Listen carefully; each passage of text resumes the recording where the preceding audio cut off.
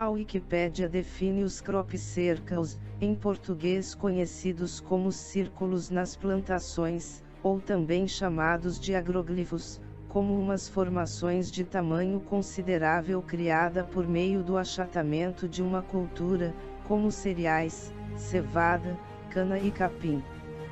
Estas marcas em plantações normalmente são complexas e nem sempre apresentam forma circular.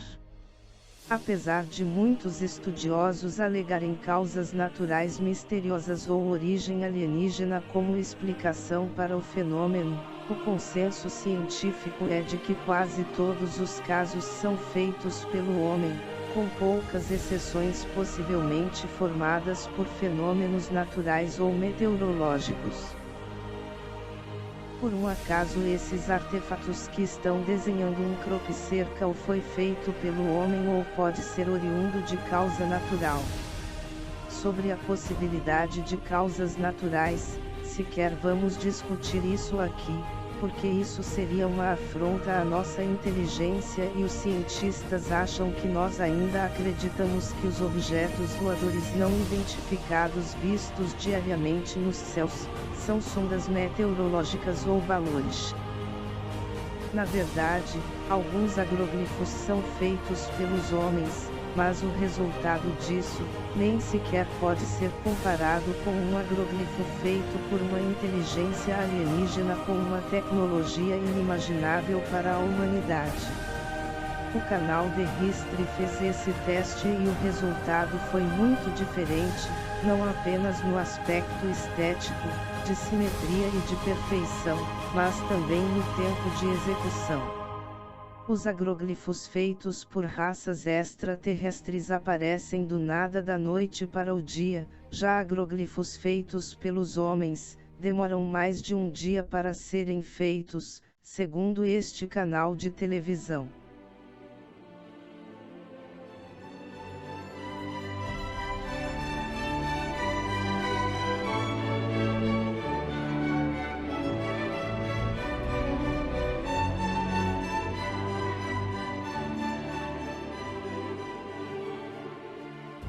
Na Inglaterra surgiu um agroglifo no dia 1º de junho de 2008, em um campo de cevada próximo ao Castelo Barberry em Wiltshire, medindo 150 metros de diâmetro, o equivalente a um campo e meio de futebol, e com seus tradicionais desenhos misteriosos.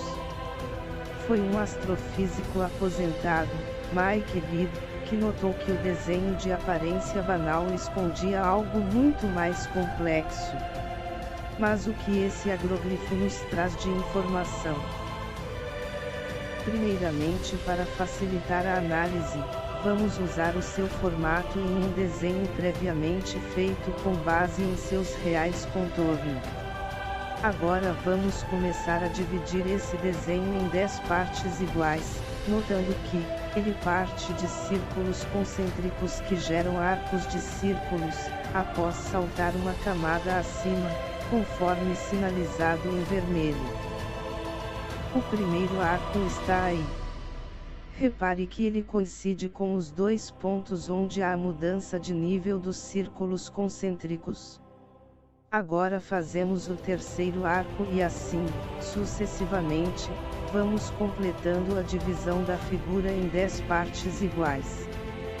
Terminada a divisão, vamos agora olhar para o primeiro arco formado. Ele é dividido em uma parte, duas partes, três partes. Vamos então anotar isso, ou seja, o primeiro arco é dividido em 3 partes. Agora repare que o primeiro arco de círculo dá um salto uma camada acima para outro arco concêntrico ao primeiro. Esse segundo arco é dividido em apenas uma parte. Vamos completar o nosso número agora com o número 1 ao lado do 3, que veio do primeiro círculo. O mesmo raciocínio vamos adotar para os demais arcos. Assim, dividimos o terceiro arco em uma parte, duas partes, três partes, 4 partes. E completamos o número 31 com o 4 ao lado. Seguindo para o arco seguinte, descobrimos que ele é composto apenas por uma parte, portanto, repetimos o procedimento, inserindo o número 1 ao já obtido 314. Seguindo adiante, o arco seguinte é composto por uma parte, 2, 3 partes, 4 partes, 5 partes. Vamos acrescentar ao número 3, 1, 4, 1, o número 5. Agora temos um detalhe para ser observado. Reparem que, ao lado do número no primeiro dos arcos, aparece na figura um ponto. Vamos seguir essa orientação de nossos irmãos de outros mundos e colocar o ponto após o número 3. Esse número, 3.1415, te lembra de alguma coisa?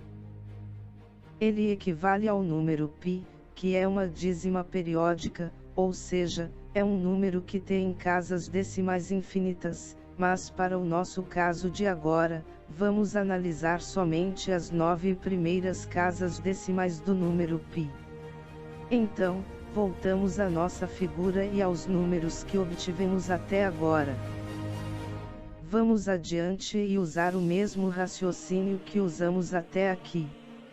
No arco seguinte, a divisão contempla uma parte, 2 partes, 3 partes, 4 partes, 5 partes, 6 partes, 7 partes, 8 partes, 9 partes. E colocamos o número 9 no nosso número obtido já anteriormente e começamos a perceber que ele vai formando o número π.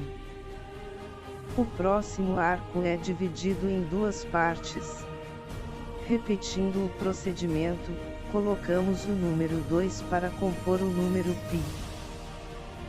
O oitavo arco é dividido em uma parte, 2 partes, 3 partes, 4 partes, 5 partes, 6 partes. Observem a semelhança com o número π.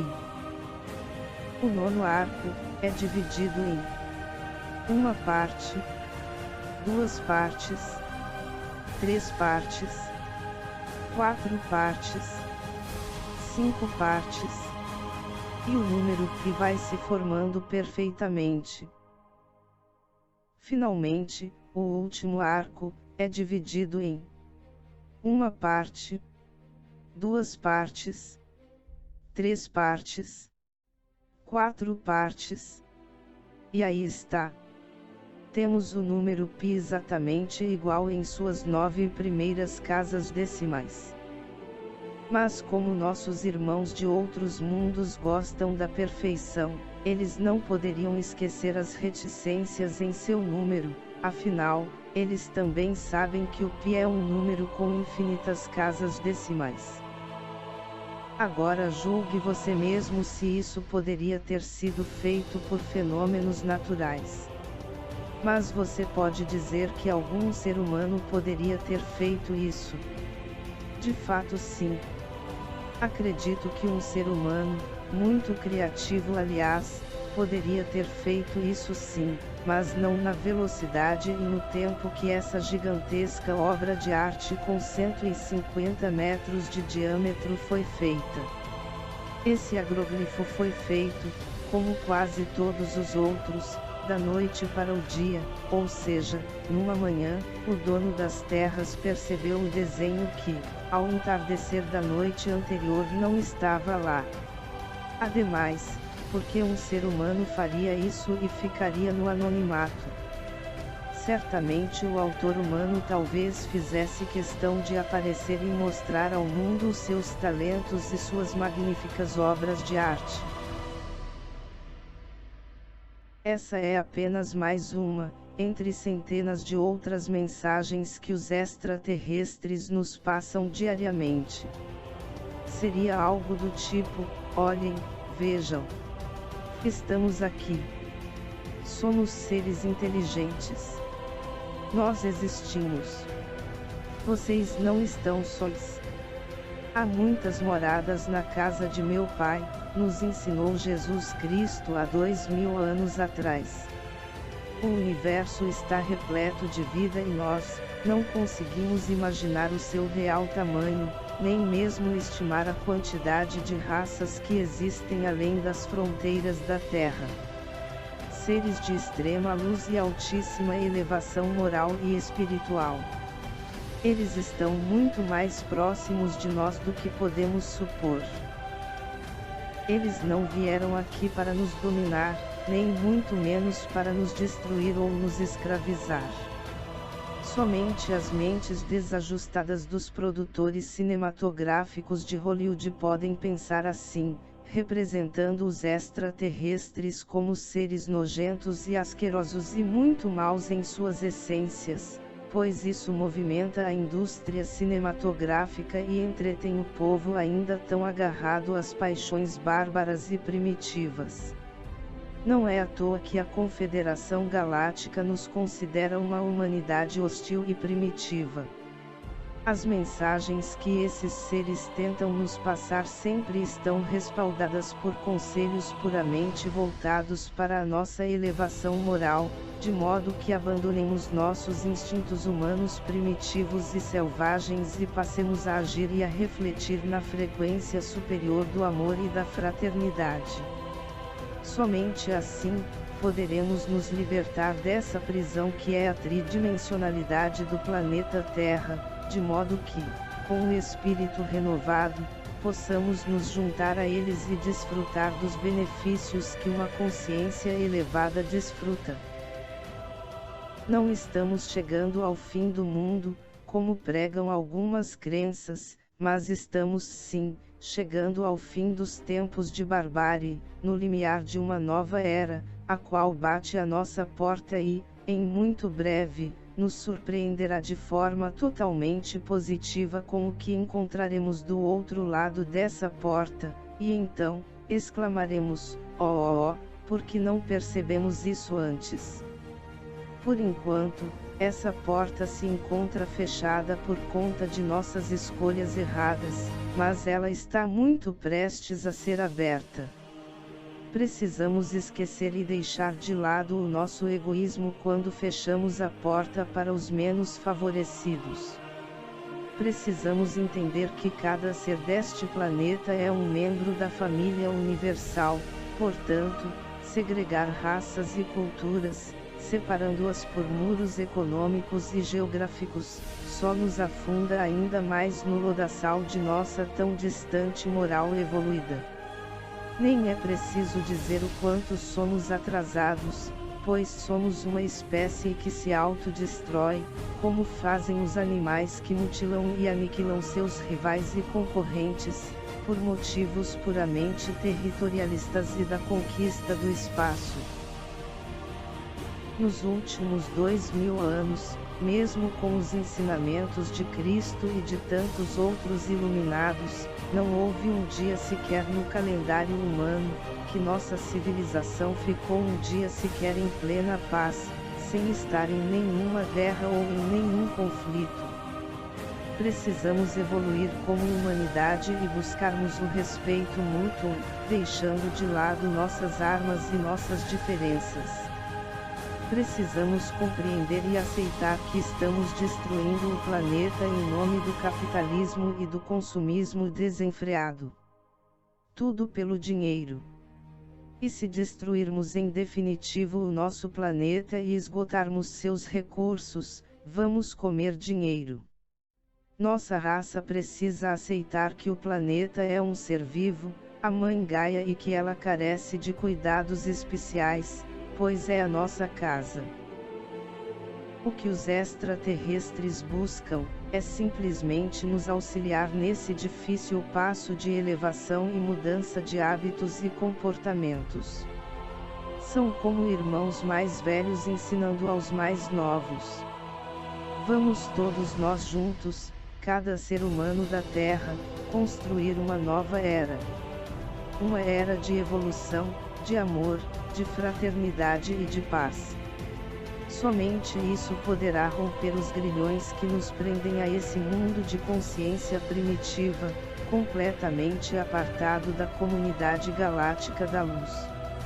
Ao mudarmos, seremos convidados a nos juntarmos a outros mundos e civilizações mais avançadas, o que, certamente, nos trará benefícios e recompensas inimagináveis para a nossa civilização, seja no campo da medicina, da tecnologia e na nossa estrutura social e econômica.